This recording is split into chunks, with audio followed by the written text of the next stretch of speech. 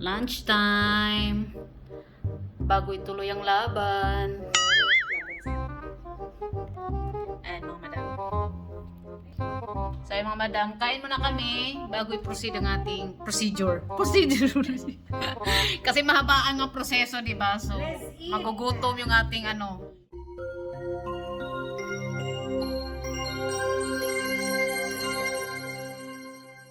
Hello everyone! Welcome back again to my YouTube channel. Ito po ang inyong Madam G, as in Madam Glorifica Rochas.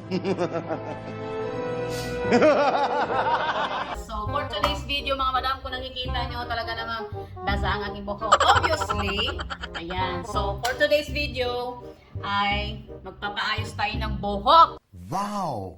Sa ating amiga, sa ating friend na si Ate Belle. Ay, walang iba kundi ang ating veteran sa mga pagdating sa hair. Talagang highly recommended. So anyway, yun na nga. Magpapa-reband tayo for today's video. So abangan nyo ang aking new look. Wow, wala nang mababago dyan, madam. Ilang beses ka na namin nakita yung straight ang hair. So, for today's video, yun lang. Magpapa-reband tayo for today. So, ipapakita ko sa inyo mamaya. Yan, kasabay yung buhok ko. Ito-dryer ko yan. But first, kailangan mo natin mag-ready. Charot. Kala mo naman. So, good luck sa aking buhok. Dahil meron tayong pinaghahanda ang event. Ayun, marami akong guesting. Kung alam nyo lang, charot. So, meron tayong okasyon na parating. So, kailangan natin prepare ng ating beauty, no? Dahil ang mga people sa paligid, talagang minamas na ng iyong kagandahan kung may nagbago man o wala. So, anyway, I don't care whatever you say.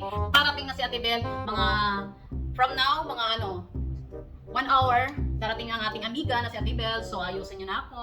And then, ang hirap magpaganda, no? Tiis ganda talaga kasi ang haba ng procedure. Talagang antukin ka na lang, magigising, antukin, makakatulog, gigising.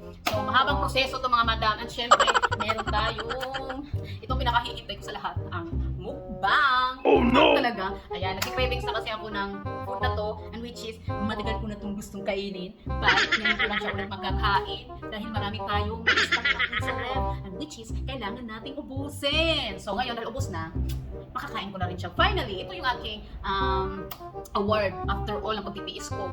Pagtitiis ko, ubusin yung pagkain sa ref kasi ayaw ko nga magsayang. Yo! So, let's go!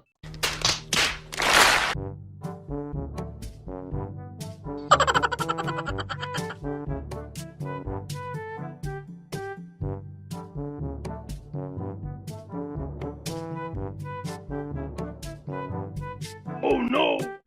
Yan na, parating na siya mga madam. Next! Okay lang yan. Okay lang yan kasi ayusin mo naman. I-trim mo na lang yan. Di ba pwede matrim?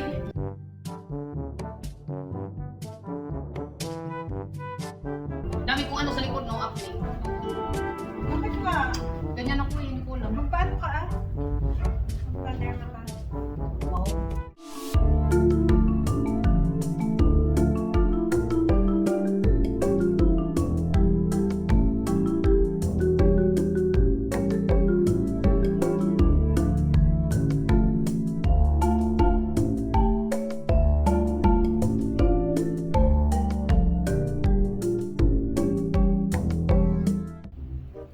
So ayan mga madam, unang gamot, mga 20 minutes or 30 minutes, diba? Ang hirap magpaganda, my goodness. Pero ano lang naman din to once a year.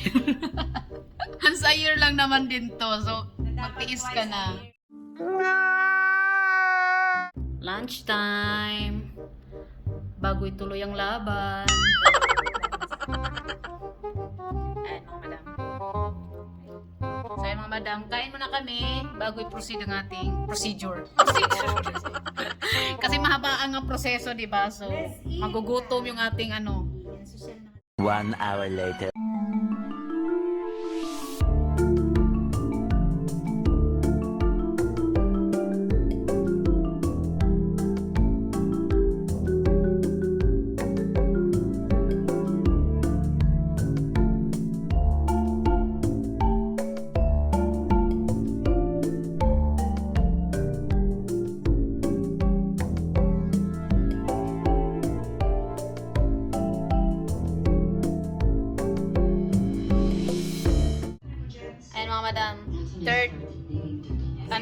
procedure. Oh no! Third procedure, una gamot, and then plancha, and then gamot, then plancha naman to ulit.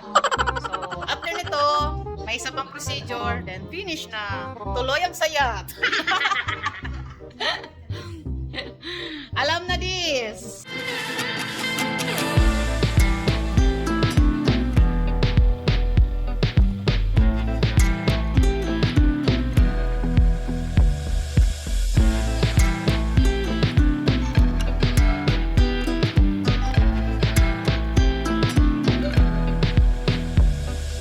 So, ayan mga madam, tapos ang aming procedure. Kikita nyo naman, Next bagsak. session. Abangan nyo yung aming may iba pang process dito. But, sa ngayon, ito na yung last procedure. Last procedure. Next session, Oo. ito. Tagay na. Lagay pa more. O, diba? Ganyan yung pang chill-chill lang. Saktong chill-chill.